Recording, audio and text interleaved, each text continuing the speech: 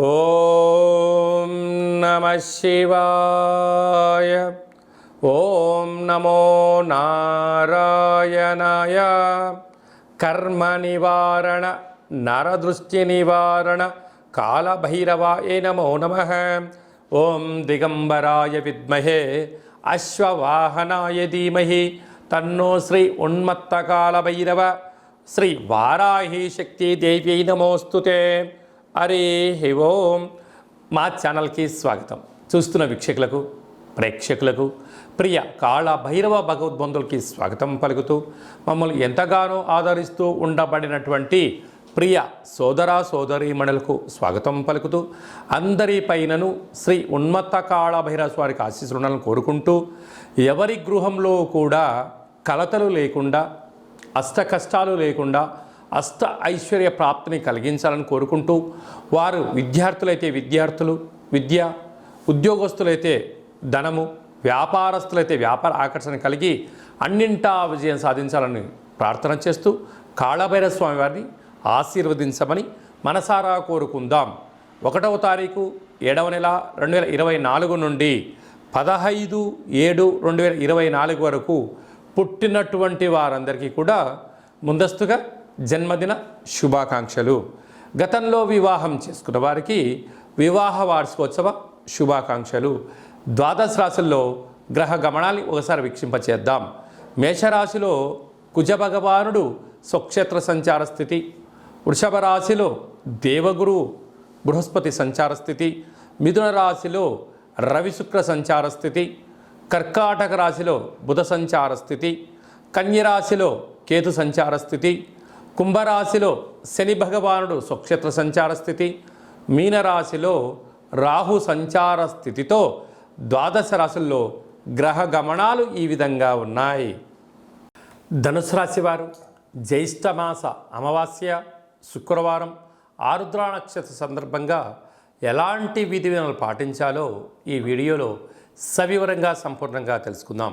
ధనుసు రాశిలో ఏ నక్షత్రాలు వస్తాయనగా మూలా నక్షత్రంలోని 4 పాదాలు, పూర్వాషాఢ నక్షత్రంలోని 4 పాదాలు, ఉత్తరాషాఢ నక్షత్రంలోని 1 పాదం కలిపితే ధనుసు రాశి అవ్వడం జరుగుతుంది. చాలామందికి పుట్టినటువంటి కాల సమయంలో డేటా బర్త్లు లేనటువంటి కారణం వలన పేరు యొక్క మొదటి అక్షరాన్ని అనుసరిస్తూ ఆ రాశిని తెలుసుకునే ప్రయత్నం చేద్దాం. ఏ, యో, బా, బి, బు, ధా, బా, డా, బే అక్షరాల వారిని కూడా ధనుసు రాశి జాతకులే. ధనుసు రాశి యొక్క అధిపతి దేవగురు బృహస్పతి. తృతీయంలో శని సంచార స్థితి ఉండడం వలన ఇటు తల్లిదండ్రుల నుంచి అటు అత్తమామల నుంచి సకుటుంబంలో ఉండబడిన వారందరూ కూడా మిమ్మల్ని ఒక రకమైనటువంటి ధనాన్ని సంపాదించే ఏటీఎంగా చూస్తున్నారు. మీరు డబ్బులు ఇస్తున్నంత వరకు మీరు వాళ్ళ పాలిట దేవుడు.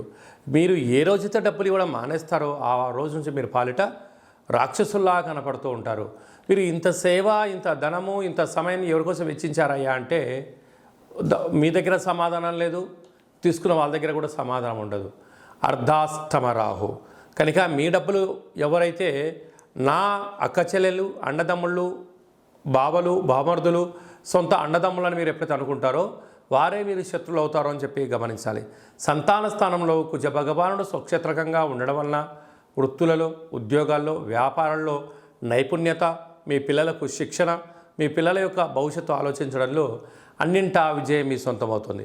6వ స్థానంలో దేవగురు బృహస్పతి సంచారం చేయడం వలన నీటి భయం, అగ్ని భయం, చోర భయం, అన్నింటా ఆలోచన, ఆరోగ్యంలో ఎప్పుడు ఏ మార్పు వస్తుందో అని చెప్పి నిత్యము సతమతమవుతూ ఉంటారు. అలాగనే 7వ స్థానంలో ఏడాది తర్వాత బుధ భగవానుడు మిథున రాశిలో శుక్రుడితో కలిపి సంచారం చేయడం వలన వివాహ ప్రయత్నాలు కలిసి రావడం, నూతన వాహనాలు క్రయ విక్రయాలు అవ్వడం, వస్త్రాలు, బంగారు ఆభరణాలు, విశేషమైనటువంటి నూతన ప్రదేశాలకు వెళ్ళడం, ఆధ్యాత్మికమైన తీర్థయాత్ర కార్యక్రమంలో విజయం మీ సొంతమవుతుంది. అష్టమంలో బుధుడు సంచారం చేయడం వలన మీరు చేస్తున్న వ్యాపారాల్లో అన్నింటా విజయం మీ సొంతమవుతుంది.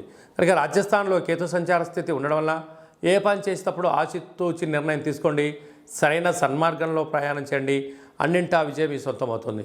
కనుక శుక్రవారం అమావాస్య ఆరుద్ర నక్షత్ర సందర్భంగా కళవు వెంకటనాయక అన్నట్లుగా వెంకటేశ్వర స్వామి వారికి ఒక తులసిమాల సమర్పించడం, లక్ష్మీదేవి అమ్మవారికి కుంకుమతో పసుపుతో పంచామృతాలతో అభిషేకం చేసుకోవడం, కాళభైరవ స్వామి వారి యొక్క దీపము, కూష్మాండ దీపము లేక నారికేళ దీపము, అలాగనే కాళభైరవ అష్టకాన్ని వినడం, హోమ కార్యక్రమం పాల్గొనడం, పక్షులకు కుక్కలకు ఆహారాన్ని దానం చేయడం, గోమాతలకు ఆహారం ఏర్పాటు చేయడం వలన మీకు మంచి కాలం ఉంటుందని చెప్పి గమనించాలి. For more videos like this, subscribe Big TV channel.